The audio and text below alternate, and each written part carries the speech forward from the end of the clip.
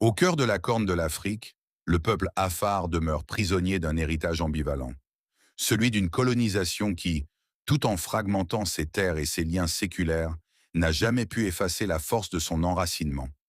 Les frontières tracées arbitrairement, comme autant de cicatrices sur une peau vivante, ont dispersé ce peuple entre plusieurs États, le privant de l'unité naturelle que lui conférait sa géographie et sa culture commune. Mais au seuil de ce 21e siècle, il est plus que jamais nécessaire d'ouvrir à nouveau le livre afférien, non pas sous l'angle poussiéreux des vieilles rivalités et des accords coloniaux, mais avec une vision éclairée, respectueuse et porteuse d'espoir. Car la question des Afars dépasse de loin un simple différend frontalier. Elle incarne une quête intemporelle d'identité, une recherche profonde de justice et d'appartenance. Durant des décennies, les Afars ont vécu cette division comme une blessure infligée par les puissances coloniales, qui, sans jamais les consulter, ont redessiné leur territoire au gré de stratégies impérialistes. Mais il est temps de dépasser ces blessures pour reconnaître que la véritable géographie d'un peuple ne se mesure pas seulement en lignes tracées sur une carte, mais en mémoire partagée, en solidarité humaine et en aspiration commune. Réconcilier ce passé douloureux avec les exigences d'un présent en quête de paix et de respect des droits fondamentaux, c'est offrir aux Afars la possibilité de retrouver leur place légitime, une place où leur histoire est reconnue, leur culture valorisée et leur avenir pensé au-delà des murs artificiels dans une région pacifiée et intégrée.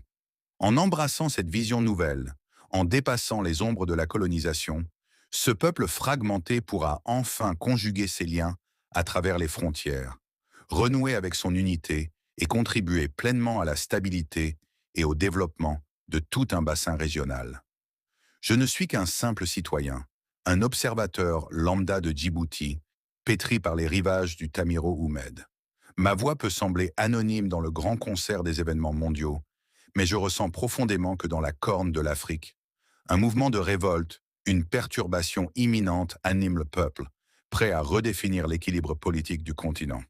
En anglais, in the heart of the Horn of Africa, the Afar people remain prisoners of an ambivalent heritage, that of colonization which, while fragmenting their lands and age-old ties, has never been able to erase the strength of their rootedness.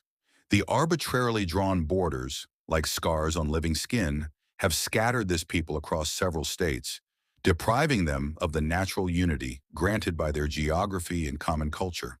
But at the dawn of this 21st century, it is more necessary than ever to reopen the Afar story, not from the dusty viewpoint of old rivalries and colonial agreements, but with an enlightened, respectful, and hopeful vision. For the question of the Afars goes far beyond a simple border dispute. It embodies a timeless quest for identity, a profound search for justice and belonging. For decades, the Afars have lived this division as a wound inflicted by colonial powers who, without ever consulting them, redrew their territories according to imperialist strategies. But it is time to move beyond these wounds to recognize that the true geography of a people is not measured merely by lines drawn on a map, but by shared memories, human solidarity, and common aspirations. Reconciling this painful past with the demands of a present seeking peace and respect for fundamental rights means offering the Afars the possibility to reclaim their rightful place. A place where their history is acknowledged, their culture valued, and their future conceived beyond artificial walls, in a peaceful and integrated region. By embracing this new vision, by overcoming the shadows of colonization, this fragmented people will finally be able to reforge their bonds across borders, reconnect with their unity, and fully contribute to the stability and development of the entire regional basin. I am but a simple citizen, an ordinary observer from Djibouti, shaped by the shores of Tamiro. My voice may seem anonymous in the grand concert of world events, but I deeply feel that in the Horn of Africa, there stirs a movement of revolt, an imminent disruption animating the people, ready to redefine the political balance of the continent.